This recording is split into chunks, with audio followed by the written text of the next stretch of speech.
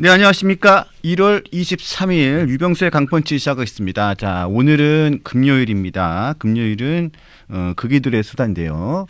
자, 박상수 전 대변인이 교통사고가 난 게 아니고 앞에 차가 교통사고가 나서 지금 차가 교통체증 때문에 지금 잠시 늦고 있습니다. 그래서 대략 한 30분에서 35분 사이에 도착 예정인데요. 그 사이에 강전의 전 대변인 강전의 변호사와 먼저 이야기를 나누고 있도록 하겠습니다. 자, 강전의 대변인 큰 박수로 환영해 주십시오. 안녕하세요. 자, 뭐 둘이 오랜만에 얘기를 하니까 독상받은 기분이죠? 네. 독상받은 기분이 어떠십니까? 오늘 또 우리 차장님 건강도 안 좋으시고 감기 기운 있으셔서 아. 박 변호사님 올 때까지 제가 진행을 할까 그런 생각 또 욕망 캐릭터, 또 욕망 캐릭터가 시작이 됐군요. 네. 그건 그렇고 벌써 오늘이 금요일이라는 거 너무 놀랍고 이번 주 너무 추웠었잖아요. 우리 강냉이 분들 정말 어른 강냉이 되지 않도록 다들 건강 유의하시기 바랍니다. 맞습니다. 자, 일단 박상수 변호사가 오기 전까지 우리 어제 갑자기 정청래 더불어민주당 대표가 기자회견을 하면서 깜짝 놀랐어요. 예, 조국혁신당과의 합당을 제안했습니다. 네. 자, 그런데 저는 가장 놀랐던 건 뭐냐면 청와대의 반응이 그렇죠. 예, 맨 첫 반응과 오후 반응이 달랐다는 거죠. 이해가 잘 안 가는데 또 얘기를 들어보면 대통령이 다 알고 있었다. 뭐 이런 얘기가 있어요. 자, 일단은 청와대의 반응이 왜 달랐을까? 우리가 좀 뇌피셜을 굴려볼까요? 그러니까요. 이게 아무래도 대통령실에 최근에 저녁 만찬이 있었잖아요. 그때 이재명 대통령이 정청래 대표한테 혹시 반명이신가요? 이랬다가 친청입니다. 그 청이 근데 청와대입니다라고까지 얘기할 때 굉장히 그 침묵이 흘렀었다라고 하지 않겠습니까? 그러니까 그 상황에서 아무도 웃지 못했던 거예요. 대통령이 질문 자체가 농담조였지만 농담이 아니라는 거 모두가 그 자리에서 생각하고 있었을 거라 생각 봅니다. 근데 지금 상황을 보면은 결국에는 조국이라는 사람을 조국혁신당보다는 저는 조국이라는 사람이 되게 포인트가 있다라고 생각을 하거든요. 네. 왜냐하면 민주당은 이미 거대 여당이기 때문에 뭐 10몇 명 더 들어온다는 게 큰 의미가 있는 건 아니에요. 이미 본인들만으로도 뭐 법안 통과하고 이런 것들이 가능하기 때문인 거죠. 근데 조국이라는 사람은 어떻게 보면은 이재명 대통령에 비해서는 그동안의 민주당의 주류 세력과 가깝다라고 볼 수 있지 않겠어요. 문재인 전 대통령이 조국 대표가 처음에 창당한다고 했을 때 다들 참 어처구니가 없다고 생각을 했잖아요. 그때는 항소심까지 이미 유죄가 나온 상황에서 대법원 판결 앞두고서는 본인이 창당하고 맞아요. 출마하겠다 이 얘기를 했는데 그 전직 대통령이라는 분께서 힘을 실어주지 않으셨습니까? 그리고 조국 혁신당에 대해서 선거 과정에 있어서도 좀 응원하는 메시지들이 나왔던 거죠. 결국 그러니까 문재인 전 대통령 입장에서는 조국이라는 사람은 본인의 정말로 그 직속이다라는 걸 인증을 했다. 그 당시에 다시 한번 그렇게 볼 수밖에 없는데 이재명 대통령은 과거에 문재인 전 대통령이랑 경선에서 맞붙었을 때부터 해서 완전히 사실상 갈라져 있지 않았습니까? 그런 것들을 생각했을 때는 지금 친명 친청의 갈등이 오히려 더 확대가 되면서 민주당의 그동안의 주류 세력이 다시 친명 세력을 밀어내고 이 중심을 잡는 데 있어서 조국이란 사람을 어떠한 구심점을 하려는 것이 아닌가. 지금 사실 왜냐하면 그동안의 주류 세력에 딱 보이는 사람이 없잖아요. 김경수 지사도 뭐 지금 국민통합 지방균형위원장인가요? 뭐 이런 걸 하고 있습니다만 좀 조용조용히 있는 상황이고 여러 가지로 봤을 때는 결국 조국이 민주당 새로운 더 큰 민주당의 구심점이 되도록 하려는 정청래 대표의 어떠한 야욕이 아닌가. 친명 세력 밀어내겠다 이 의미인 것 같아요. 자, 그래서 보통 이게 합당에 대한 이야기가 박상수 변호사가 드디어 도착을 했습니다. 네, 드디어 환영합니다. 드디어 도착했습니다. 죄송합니다. 자, 지금 우리가 조국 혁신당 지금 합당 제안 이야기를 먼저 꺼냈어요. 자, 일단은 그 친명 게시판에는 지금 제가 난리 났죠? 게시판에 들어가 봤더니 어제부터 들어가 봤더니 이제 정청래 대표에 대한 수위가 넘은 비판들이 굉장히 많습니다. 그래서 그러니까 이재명 대통령의 지지자들이 정청래 대표를 탈당시켜라. 제 신임을 다시 물어야 된다. 이런 비판들이 굉장히 많습니다. 자, 이거 제가 한마디 좀 해도 네네 하세요. 네. 이거 우리 제가 강펀치에서 네. 제가 밀었던 유행어. 근데 이 강펀치에서 만들어줬잖아요. 기억나시죠? 그렇죠. 명청조 삼국시대. 명청조 삼국시대 그거 우리 썸네일 있는데 한번 띄워주시면 좋은데 이게 강펀치에서 너무 이게 절묘하게 해주신 게 명을 위나라에 갖다 놓고 청조가 오나라랑 총나라였어요. 그런데 지금 그럼 이 상황은 무슨 상황이냐? 오나라와 총나라가 동맹을 맺은 거지. 그렇죠. 오촉 그렇죠. 동맹. 이게 이제 오촉이 동맹을 맺어서 위나라를 깨부순 게 적벽대전.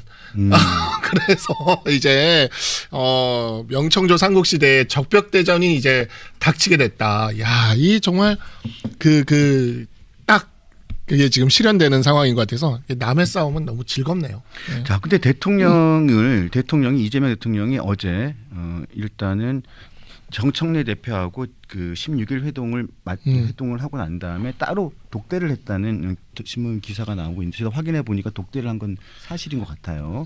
그 자리에서 조국 혁신당과의 합당 이야기를 꺼냈는지 안 꺼냈는지 제가 알 수는 없죠. 하지만 기사에는 그랬다는 취재가 나오는데 이재명 대통령이 조국 혁신과의 그 합당을 사실상 승인을 했다고 보는 게 맞을까요?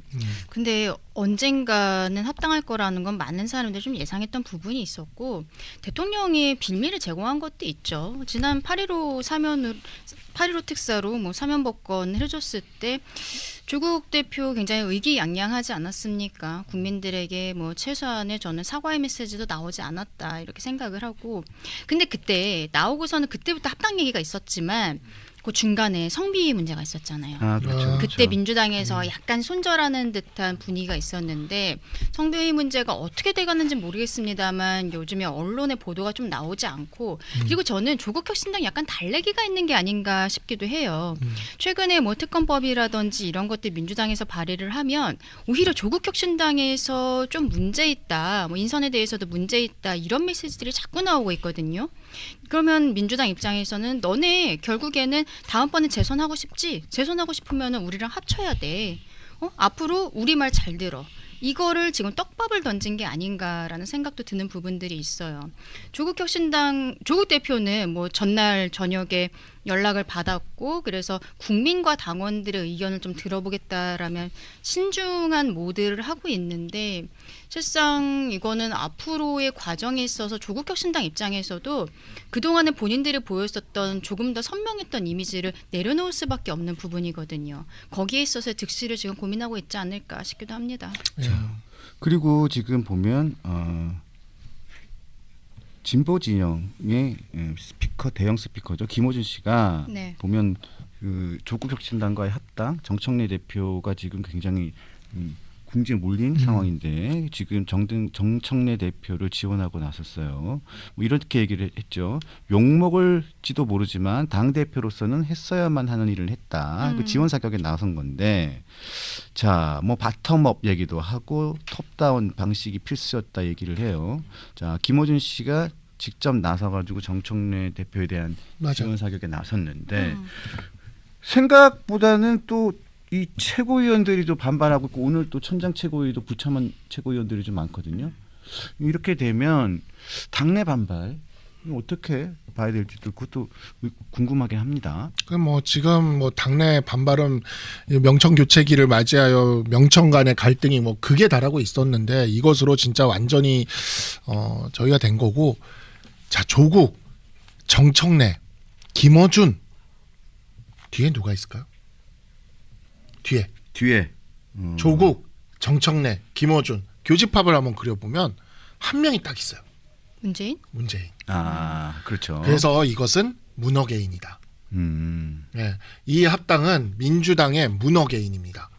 근데 지금 문어게인이 시작이 됐는데 자 이게 잘 보셔야 돼요. 지금 문어게인인데 이 문어게인이 사실 저는 이제 한 1년 6개월여 온갖 방송가에 그 돌아다녀 봤지 않습니까? 네. 내가 근데 정말 그 친명계 패널들을 만나면 하는 얘기가 있어요. 그 친명계 패널이 대기실 같은 데서 속을 내놓고 얘기를 하는 걸 보면 이렇게 얘기를 합니다. 뭐라고 얘기해요?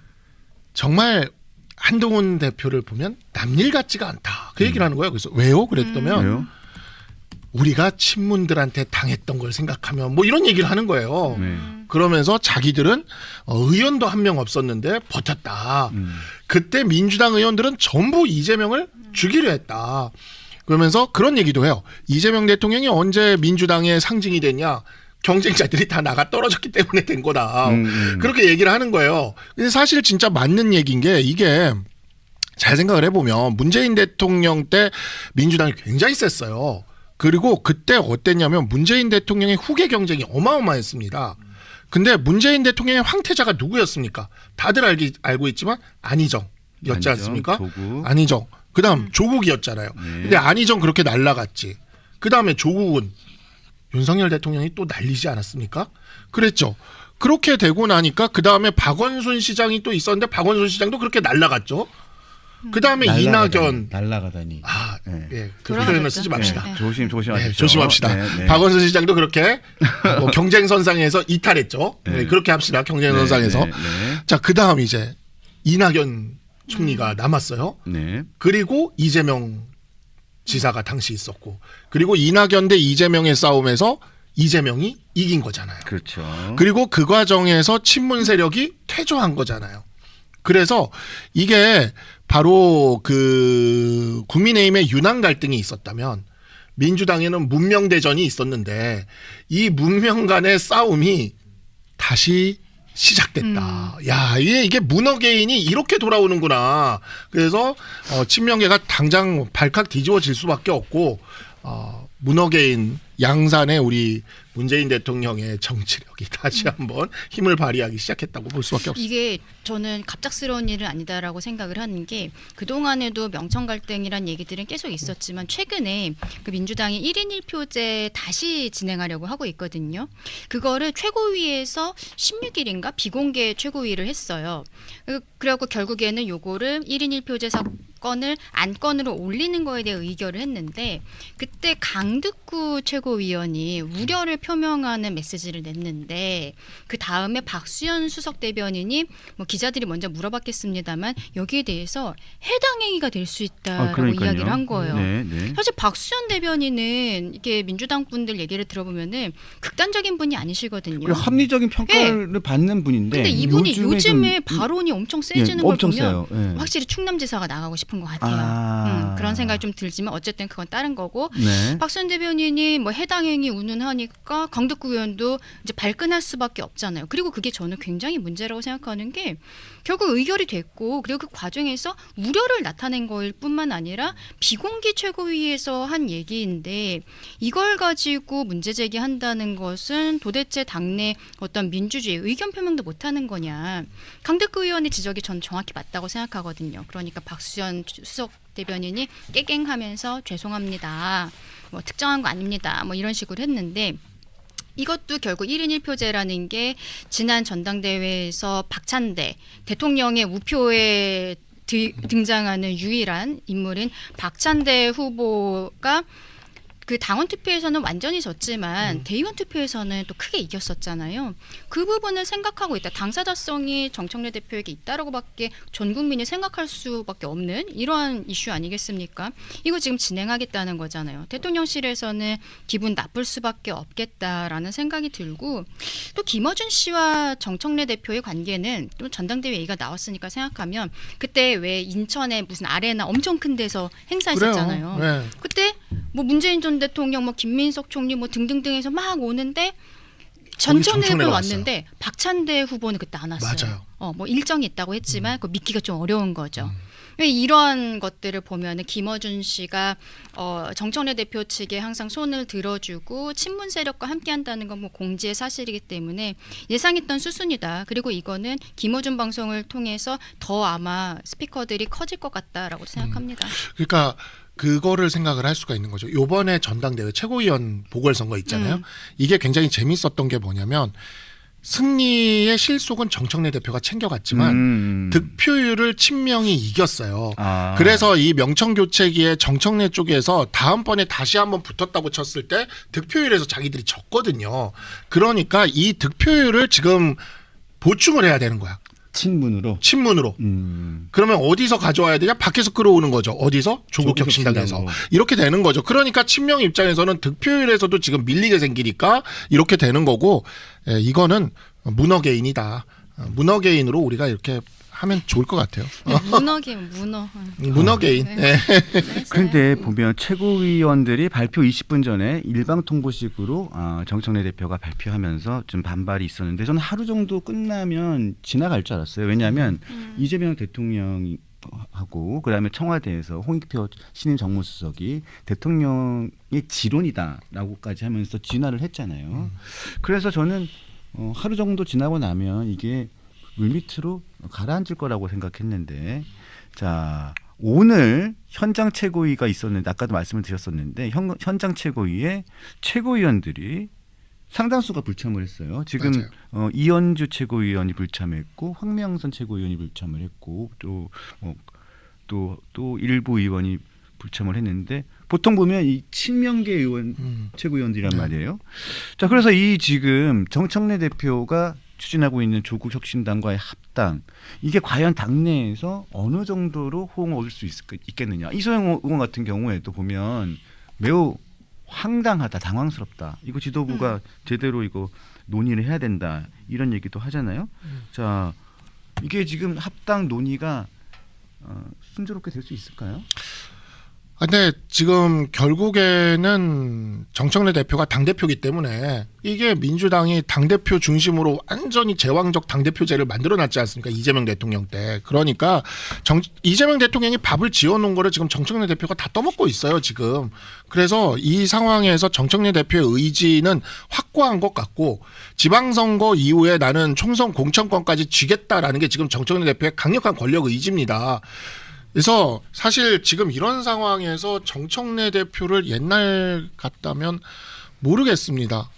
민주당의 그 정권이 힘을 쓸 수 있는 것 중에 하나가 이제 사정 권력이라는 게 있는 건데 그걸 다 해체해놨잖아요 지금. 그러니까 아니 근데 지금 정부안 보면은 오히려 중수청에 그 수사 권한이 더 늘어나 있는 상황들도 있거든요. 그러니까 그 중수청이 과연 미국의 FBI가 될지 제2의 공수처가 될지는 그거는 해봐야 되는데 그러니까 자기네가 일단은 지금은 정권 공백이에요. 잡아보니까 검찰만큼 잘 되는 칼이 없는 거죠. 그러니까 지금은 공백이에요. 그러니까 지금은 대통령이 쓸 수 있는 권한이 없어진 거예요. 이게 저도 그 우리나라가 보니까 제왕적 대통령제다 했지만 생각해보니까 대통령이 권한이 별로 없어요. 지금 남아있는 게. 그 대통령이 가진 권한이 이제 거의 유일하게 남은 게 인사권 하나 남았거든요. 그렇죠. 그래서 그 인사권 가지고 이제 조금 쥐락펴락 할 수 있는 건데 지금 요번에 그 김건희 특검으로 인해서 공천권도 날라갔어요. 이제 당에 개입하면 안 돼. 옛날에는 대통령이 당에 개입하는 거 대충 좀 봐주고 그런 분위기였는데 이제는 그랬다가는 김건희 특검 때 그렇게 해놓고는 왜 너는 그냥 넘어가냐 나중에 이렇게 될 거기 때문에 공천도 못하죠. 근데 검찰 해체시켜놔서 사정 권력도 없죠. 근데 당내 민주주의로 지금 다 만들어놨으니 당원만 우위를 가지고 있는 쪽이 있으면 거기가 사실상 모든 권력을 가질 수 있는 거예요. 네. 정청래 대표는 그거를 정확하게 알고 있는데 이번에 최고위원 보궐선거에서 약간 밀리는 게 드러났어요.